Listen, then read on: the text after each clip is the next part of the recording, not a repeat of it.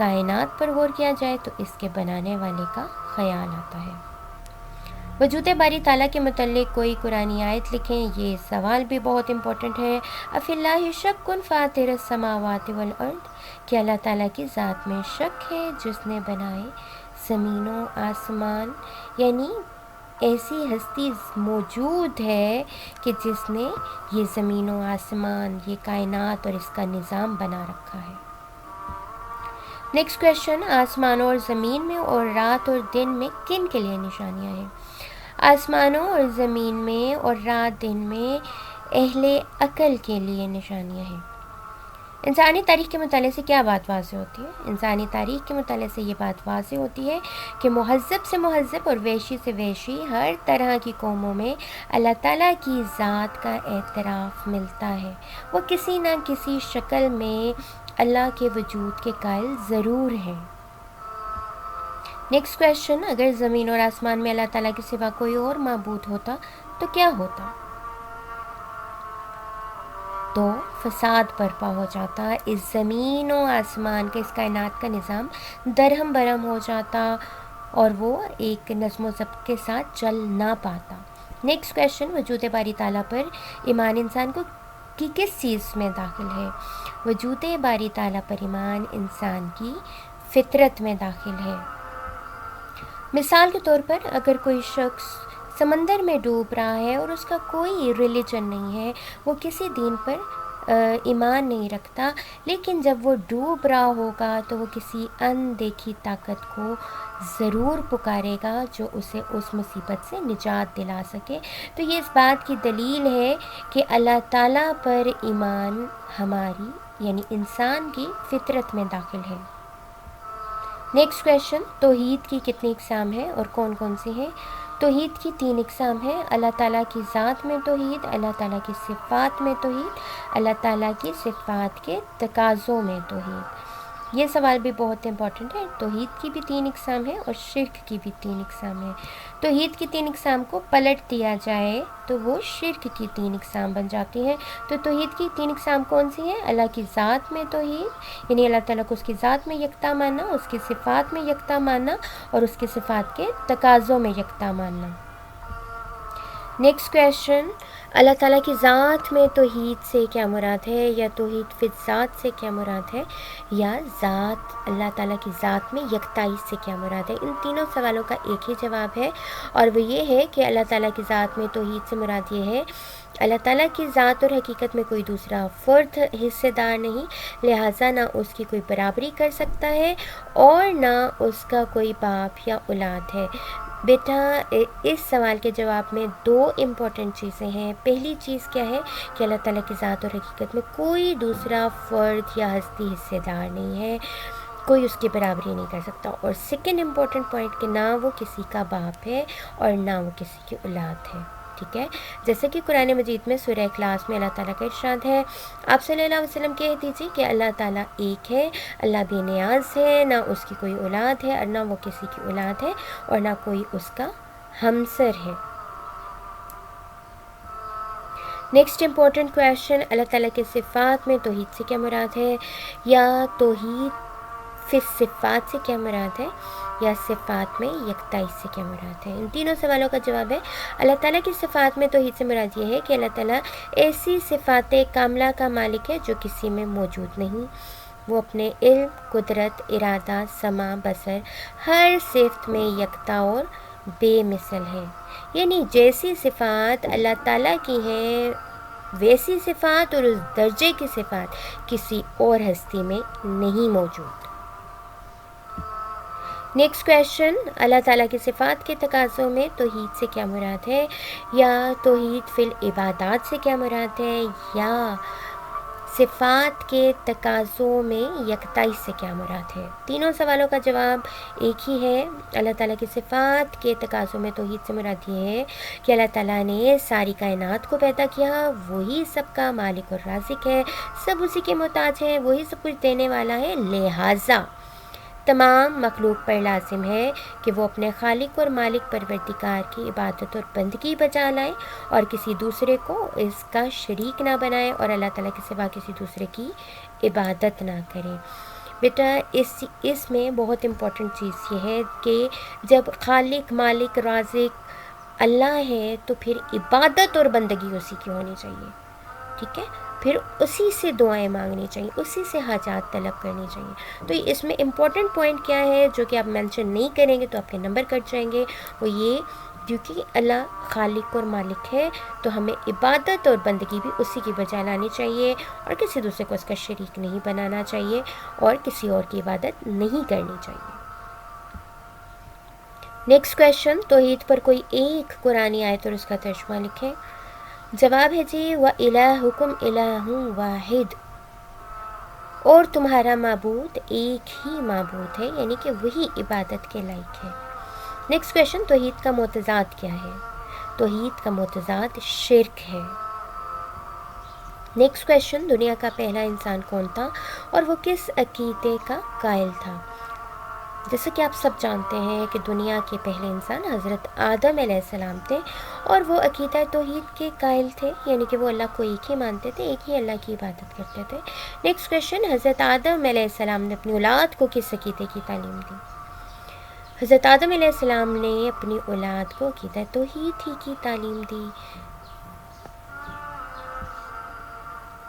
Next question, ماضی میں لوگوں نے جس چیز کو ہیبت ناک دیکھا اسے کیا سمجھ لیا؟ اسے دیوتا سمجھ لیا، یعنی خدا سمجھ لیا، اس کی عبادت شروع کر دی۔ ماضی میں لوگوں نے کس قسم کے دیوتا گھر لیے تھے؟ ماضی میں لوگوں نے آگ کا دیوتا، سمندر کا دیوتا، آندھیوں کا دیوتا وغیرہ گھر لیے تھے۔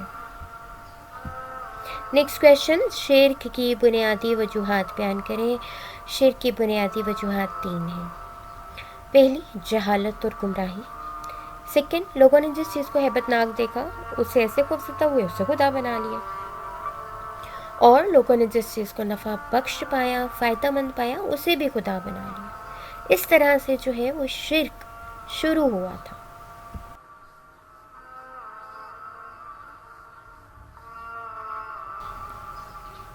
نیکسٹ کویشچن بیٹا، قرآن مجید میں شرک کو کیا کہا گیا ہے؟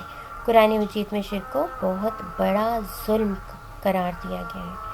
نیکسٹ کویشچن، شرک کی مذمت میں قرآنی آیت اور اس کا ترجمہ لکھیں، یہ بھی بہت امپورٹنٹ ہے۔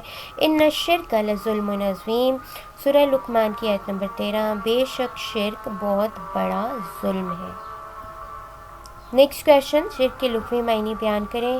شرک کے لغوی معنی حصہ داری اور ساجھے پن کے ہیں، جس کو ہم پارٹنرشپ بھی کہتے ہیں۔ نیکسٹ کویشچن، شرک کے اصطلاحی معنی بیان کریں۔ شرک کے اصطلاحی معنی یہ ہے کہ اللہ تعالیٰ کی ذات، اس کی صفات اور صفات کے تقاضوں میں کسی اور کو اللہ تعالیٰ کا حصہ دار یا ساجی ٹھہرانا شرک کہلاتا ہے۔ بیٹا یہ سوال بھی بہت امپورٹنٹ ہے، جس طرح توحید کے لغوی اور اصطلاحی معنی بہت امپورٹنٹ ہے، اسی طرح شرک کے لغوی اور اصطلاحی معنی بھی بہت امپورٹنٹ ہے۔ تو شرک کے لغوی معنی کیا ہے؟ حصہ داری اور ساجھے پن کے، اور شرک کے اصطلاحی معنی کیا ہے؟ اس میں 3 پوائنٹس ہیں کہ اللہ کی ذات میں، اس کی صفات میں اور صفات کے تقاضوں میں کسی اور کو اللہ کا حصہ دار اور ساجی ٹھہرانا۔ اور توحید کے اصطلاحی معنی میں کیا 3 چیزیں ہونی چاہیے؟ اللہ تعالیٰ کو اس کی ذات میں، اس کی صفات میں اور صفات کے تقاضوں میں یکتا جاننا توحید کہلاتا ہے، اور اللہ کی ذات، صفات اور صفات کے تقاضوں میں کسی اور کو اللہ کا حصہ دار یا ساجی ٹھہرانا شرک کہلاتا ہے۔ نیکسٹ کویشچن، شرک کی کتنی اقسام ہیں اور کون کون سی ہیں؟ شرک کی 3 اقسام ہیں۔ اللہ تعالیٰ کی ذات میں شرک، اللہ کی صفات میں شرک، اللہ تعالیٰ کی صفات کے تقاضوں میں شرک۔ جس طرح ہم نے توحید کی اقسام کی تھی اور میں نے کہا تھا وہاں پہ بھی آپ سے کہ ہم اس کو اپوزٹ کر دیں گے تو شرک کی اقسام بن جائیں گی۔ شرک کی بھی 3 اقسام ہیں، اللہ کی ذات میں شرک، صفات میں شرک اور صفات کے تقاضوں میں شرک۔ نیکسٹ کویشچن، اللہ تعالیٰ کی ذات میں شرک سے کیا مراد ہے؟ یا شرک فی صفات سے کیا مراد ہے؟ اللہ تعالیٰ کی ذات میں کسی دوسرے کو حصہ دار بنانا، اللہ تعالیٰ کا ہمسر کسی کو ٹھہرانا، اس کے برابر کسی کو سمجھنا، کسی کو اللہ تعالیٰ کی اولاد یا اس کا باپ سمجھنا، اللہ تعالیٰ کی ذات میں شرک کہلاتا ہے۔ جیسے کہ قرآن مجید میں ارشاد ہے، نہ اس سے کوئی اولاد ہے اور نہ وہ کسی کی اولاد ہے اور نہ کوئی اس کے برابر کا ہے، ٹھیک ہے۔ اللہ تعالیٰ کی ذات میں کسی کو حصہ دار بنانا، ہمسر سمجھنا، برابر سمجھنا، اور دوسرا امپورٹنٹ بات، کسی اور کو اللہ تعالیٰ کی اولاد یا اللہ کو کسی کی اولاد سمجھنا کیا ہے؟ ذات میں شرک، اللہ تعالیٰ کی ذات میں شرک۔ نیکسٹ کویشچن، اللہ تعالیٰ کی صفات میں شرک سے کیا مراد ہے؟ یا شرک فی صفات سے کیا مراد ہے؟ یا اللہ تعالیٰ کی صفات میں شرک سے کیا مراد ہے؟ اللہ تعالیٰ جیسی صفات کسی دوسرے میں ماننا اور اس جیسا علم، قدرت یا ارادہ کسی دوسرے کے لیے ثابت کرنا، کسی دوسرے کو ازلی و ابدی سمجھنا اللہ تعالیٰ کی صفات میں شرک کہلاتا ہے، جیسے کہ قرآن میں ہے لیس کمثلہ شیء، کوئی چیز اس کے مثل نہیں ہے۔ تو جب اس کے مثل نہیں ہے تو اس جیسی بھی کوئی نہیں ہے، اور اس جیسی صفات رکھنے والی بھی کوئی ہستی، کوئی ذات نہیں ہو سکتی۔ اگر ہم یہ مانیں گے تو ہم پھر صفات میں شرک میں مبتلا ہو جائیں گے، تو ہمیں اس سے بچنا چاہیے۔